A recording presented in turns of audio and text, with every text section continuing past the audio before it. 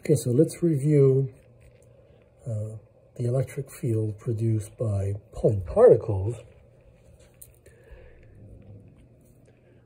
If you remember, there's a constant, and then we're going to sum on the electric fields. We're going to sum on all the particles. So we have a sum, let's say from 1 to n, capital N. We have n particles with charge, and so each particle has a qi. So a q1, a q2, these could be different values of q. We have to sum on that, divided by the distance squared, right? So the distance from where the charged particle is to some location in space. That'll give us the electric field there. And we need some object that indicates direction. The electric field is radially away, pointing radially away or towards the charged particle. So let's be specific. Let's say we have a particle of charge q star, one particle of charge q star. It's located at x equals a. A is some positive number. Y equals b, z equals c. These are just positive numbers. So maybe we can make a drawing here. So x, y, z, and let's say that's a, that is y equals b, and this is z equals c.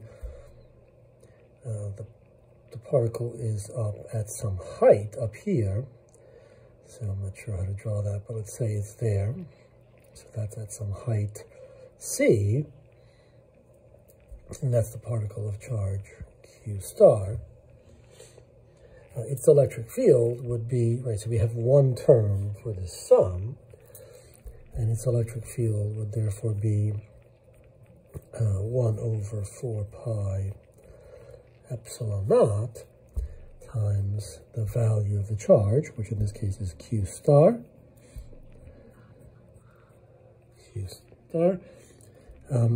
We have to divide that by distance squared, and Pythagoras' theorem applies. So the distance from some point to the charged particle, right, so the distance, it's hard to draw it here, but Pythagoras' theorem, maybe I can draw, I don't know, here's some random point here in the plane. I want the electric field there. I'm going to need to know its x value, its y value, and in this case it looks like the z value is 0. But more generally, this would be, right, so this distance here would be x minus a, right, because it's to subtract that distance. This would be y minus b, and the z distance, if we had some, if we were at some height, it would be z minus c. So we would have x minus a squared plus y minus b squared plus z minus c squared, and that's r squared. Now we need an r hat, and r hat is going to be given by these same components. So we have an x minus a I hat plus a y minus b j hat plus a z minus c k hat, but that's not a unit vector.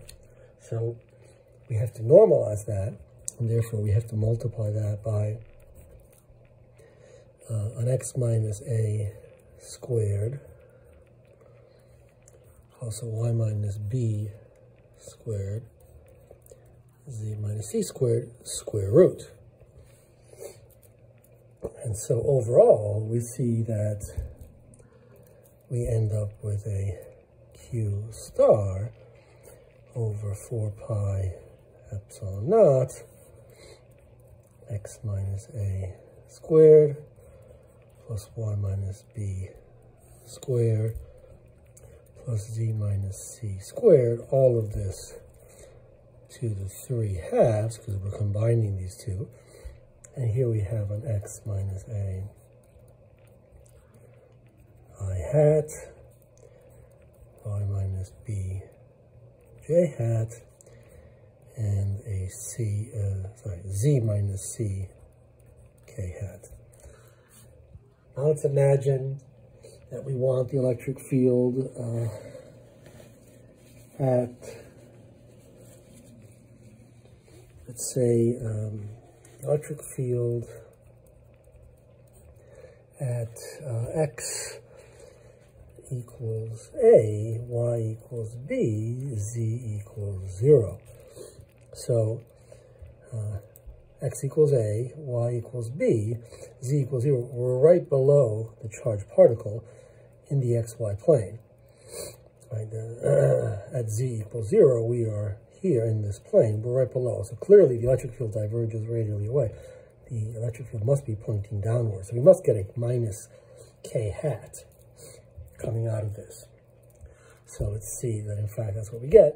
So here we have Q star. We have x is equal to a, so we have a minus a, that's 0. This drops away. The x component drops away. Y is equal to b, so this drops out.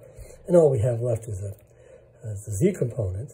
And this is 0, so we have a minus Q star c k hat.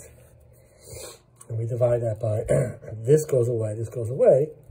This is a z minus c. So we have a minus c, but we're squaring that, and then we're doing that to the 3 halves, so we get a c cubed.